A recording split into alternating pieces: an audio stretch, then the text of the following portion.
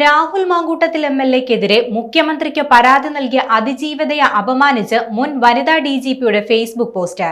സ്വർണ്ണക്കൊള്ള മറയ്ക്കാനാണോ പരാതിയെന്നാണ് ആർ ശ്രീലേഖയുടെ പ്രതികരണം.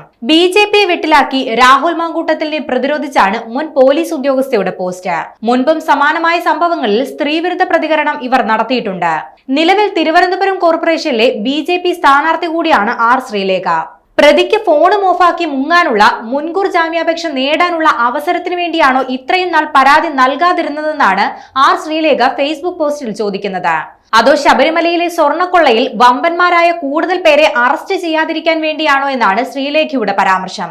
അതേസമയം രാഹുൽ മാങ്കൂട്ടത്തിൽ എംഎൽഎക്കെതിരെ പരാതിക്കാരിയായ യുവതി നൽകിയ മൊഴി പുറത്തു വന്നിട്ടുണ്ട്. ഗർഭചിത്രം നടത്താൻ രാഹുൽ മാങ്കൂട്ടത്തിൽ നിർബന്ധിച്ച് മരുന്ന് കഴിപ്പിച്ചുവെന്ന് യുവതി പോലീസിന് മൊഴി നൽകിയിട്ടുണ്ട്. ബാംഗ്ലൂരിൽ നിന്നും രാഹുലിന്റെ സുഹൃത്ത് മരുന്നെത്തിച്ച് നൽകിയെന്നും മരുന്ന് കഴിച്ചെന്ന് വീഡിയോ കോൾ വിളിച്ച് രാഹുൽ ഉറപ്പുവരുത്തിയെന്നും യുവതി പോലീസിനോട് പറഞ്ഞു. 20ഓളം പേജ് വരുന്ന മൊഴിയാണ് പോലീസ് രേഖപ്പെടുത്തിയത്. 5.5 മണിക്കൂറോളം മൊഴിയെടുപ്പ് നീണ്ടു. പെൺകുട്ടിയെ വൈദ്യപരിശോധനയ്ക്ക് വിധേയമാക്കിയ ശേഷം രഹസ്യമൊഴി രേഖപ്പെടുത്തും.